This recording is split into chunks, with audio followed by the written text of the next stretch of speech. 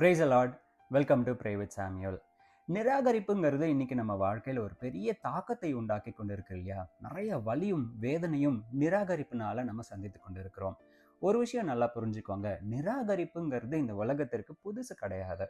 யோவான் 1 அதிகாரம் 11 நாம வாசிக்கிறோம், தம் சொந்த ஜனங்களினாலே இயேசுவானவரே நிராகரிக்கப்படுகிறார். இருந்தாலும் அவருடைய ஃபோக்கஸ் எல்லாம் பிதாவானவருடைய சித்தத்தை நிறைவேற்றுவது மட்டும்தான். இன்னைக்கும் கூட உங்க வாழ்க்கையில ஏதோ ஒரு காரியத்துல நீங்க நிராகரிக்கப்படலாம். உங்க வேலையில இருக்கலாம், உங்க தொழில்ல இருக்கலாம், உங்களுடைய சொந்த ஜனமே இன்னைக்கு உங்களை நிராகரிக்கிறவர்களா இருக்கலாம். உங்க உறவே உங்களை நிராகரிக்கிறதான ஒரு சூழ்நிலை காணப்படலாம். நான் ஜெபிக்கிறேன், ஆனா நடக்கிற காரியங்கள் எல்லாம் என் ஜெபத்திற்கு எதிர்மாறாக தான் இருக்கு, என் ஜெபம் என்னை நிராகரித்து விட்டதா அப்படின்ற ஒரு சூழ்நிலை உங்க வாழ்க்கையில காணப்படலாம். ஆனா நீங்க, இயேசு எனக்காக சிலுவையில மரிச்சாரு, அதனால என்னுடைய நிராகரிப்பு எல்லாம் எனக்கு ஆசீர்வாதமாக மாறும்னு நீங்க விசுவாசிக்கும் பொழுது, உங்க காரியங்களை எல்லாம் பிதாவினுடைய சித்தத்திற்கு நீங்க ஒப்பு கொடுக்கும் பொழுது, உங்களுடைய எல்லா காரியங்களையும் கர்த்தர் ஆசீர்வாதமாக மாற்றுவார்.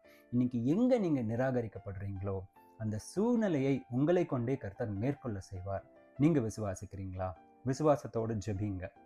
பிதாவே, இந்த ஜெப வேலைக்காக நன்றி அப்பா. நீர் பேசின கிருபைக்காக நன்றி. நீர் சொல்லியபடியே ஆண்டவரே, உம்முடைய சித்தத்திற்கு எங்கள் வாழ்க்கையை நாங்கள் ஒப்பு கொடுக்குறோம். எங்கள் வாழ்க்கையில் நடந்து கொண்டு இருக்கிற ஒவ்வொரு காரியமும் கர்த்தாவே உமக்கு தெரியாமல் எதுவுமே இல்லை ராஜா.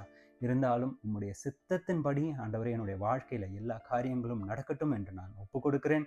அப்போ நான் நிராகரிக்கப்படுகிற மாதிரி இன்னைக்கு சூழ்நிலை இருக்கலாம், இருந்தாலும் நீர் அதை ஆசீர்வாதமாய் மாற்றி தருவீர் என்ற விசுவாசத்தோடு இந்த வேலையில் நாங்கள் ஜெபிக்கின்றோம்.